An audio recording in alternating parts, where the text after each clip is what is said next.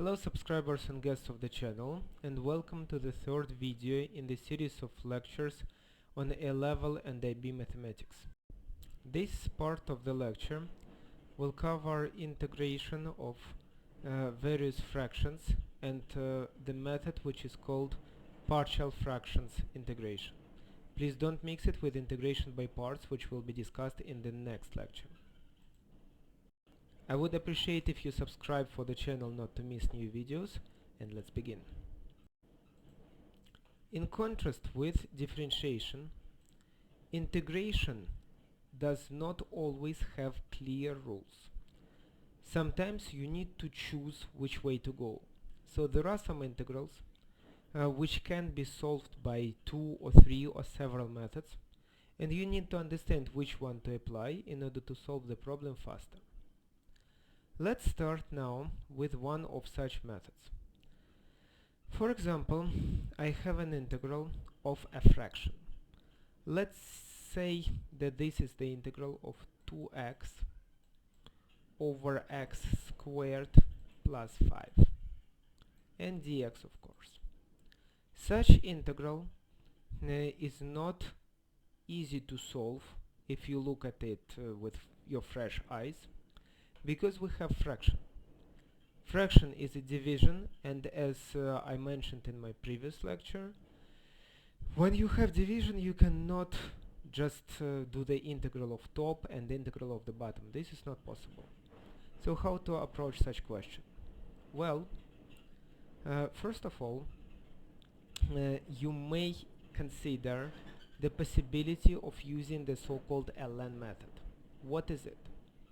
If you have an integral of the fraction where on top is derivative of something which is at the bottom, so there is a function at the bottom and on top it is its derivative.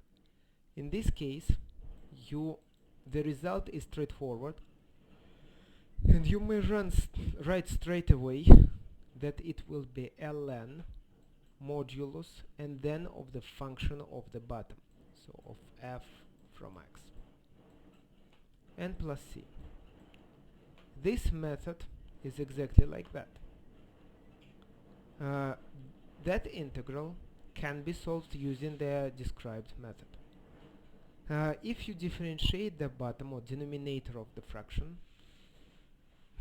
for example, x squared plus 5 derivative will be 2x. We can see that on the top of the fraction we can find exactly the derivative of the bottom part.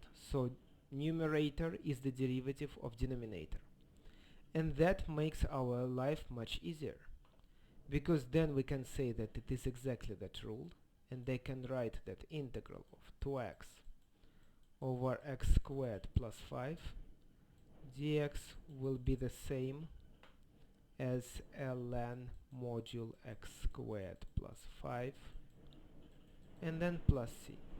In this case we even do not need modulus, because x squared plus 5 will be positive for any value of x. However, sometimes some integrals are not that easy to solve, because on top there is not quite the derivative of the bottom part. Let's imagine the following integral. So we need to integrate 4x squared, and we will have at the bottom x cubed plus 4. So what to do with such integral?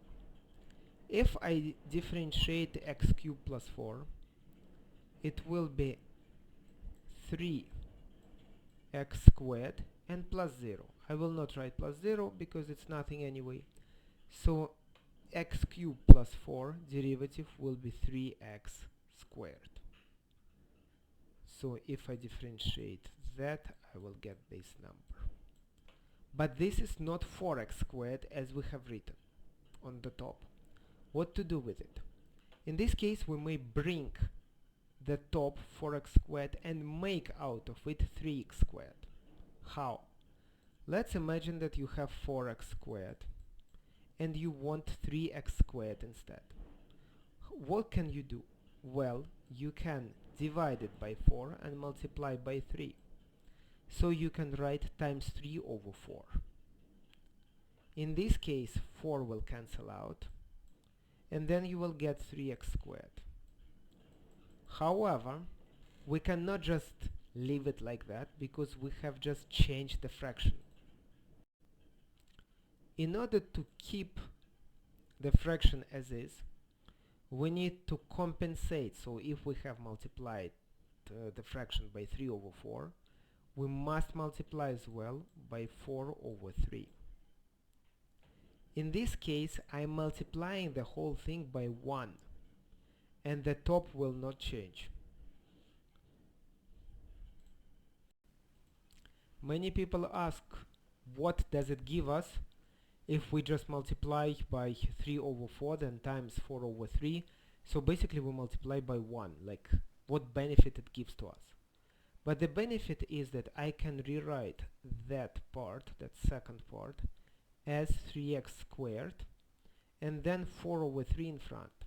So my 4x squared will be rewritten as 4 over 3 times 3x squared.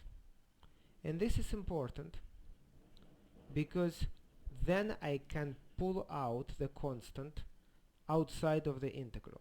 So the initial integral I can rewrite as 4 over 3, that constant, so 4 over 3, then times the integral, already 3x squared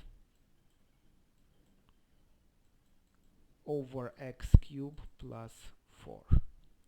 And in this case, now I'm already getting exactly on the top the derivative of the bottom. That's what my goal was. So the integral itself will be ln of x cubed plus 4 modulus, and then times the constant which is in front of the integral, 4 over 3, here, plus c. And that's integral solved. Now we're going to move on to partial fractions part, because not all fractions are so nice that you can make something good on top with given denominator. So not always you can make it in such a way that on top there will be derivative of the bottom part. What to do with it then? Let's consider an integral where you have, for example, 4 on top and x squared minus 9 at the bottom. So such integral, dx. Can you solve this integral? Well, of course it is solvable, however not in an easy way or not in the standard way, because you cannot make on top the derivative of the bottom. Really, let's see. X squared minus 9 derivative will give us 2x. However, on top there is 4. And if I multiply it by x, I'll have to divide it by x to compensate. So I will have somewhere 1 over x, and it is not the constant to be driven out of the integral. Therefore, such method will not work. So what can we do? Well, we have to break this part or this fraction by parts, and that's why it's called partial fractions. This method I'm going to explain now. Let's imagine that you have 4 over x squared minus 9. What to do with it and how to make out of it two fractions. First of all, we need to factorize denominator. In this case, factorization of denominator is pretty obvious, and it will be x minus 3 times x plus 3. On top stays 4. After I have factorized the denominator, I can rewrite it as the sum of two fractions, but we don't know numerator of that sum. So we will write it as a over x minus 3 plus b over x plus 3. Like that, we have already two fractions with linear denominators, but we need to find values of a and b to proceed. How to find it? If we try to add up those fractions back, we will need to bring them back to common denominator. How is it done? Well, the first fraction is multiplied by the denominator of the second fraction, in this case x plus 3, and the second fraction is multiplied by the denominator of the first fraction, in this case x minus 3. So we will get a x plus 3 plus b x minus 3 times x minus 3 in brackets x plus 3, and this should be equal to 4 to the initial fraction, which is 4 x minus 3 times x plus 3. And now we can look for a and b. By equating the numerators, we will get a times x plus 3 plus b times x minus 3 equals 4. And we have one equation and two unknowns. On the first side, it is impossible to solve such equation, but in fact here you can find a and b in the unique way. How? So this expression should be true for any value of x. Any value of x. And hence I can write the following. So I can make x be such that one of the brackets is equal 0. For example, x equals 3. So in this case, the second bracket will go away. I can write a times 3 plus 3 plus b times 3 minus 3 equals 4. 3 minus 3 is 0, so the second bracket goes away completely. And we get a times 6 equals 4, which means that a will be 4 over 6, which is great. Let's repeat this process with b. So I'm now making x be minus 3. When x is minus 3, then the first bracket will go away, so it will be a times 0, but then plus b times minus 6 equals 4, and hence my b will be minus 4 over 6. And I have found a and b. What I need to do now is to rewrite these two fractions with a and b that I have successfully found. So it will be 4 over 6 over x minus 3 with my a being 4 over 6 minus 4 over 6 x plus 3, and that whole thing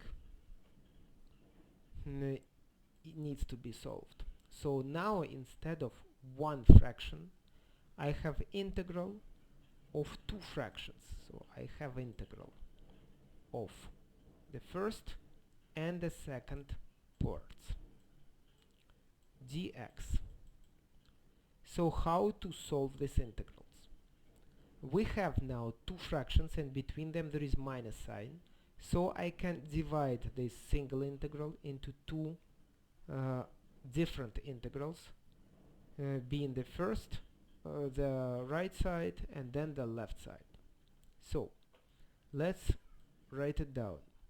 4 over 6 integral 4 over 6 over x minus 3 dx minus integral 4 over 6 over x plus 3 dx. And this time we can already apply previously learned property of integrals, that on top we can make derivative of the bottom.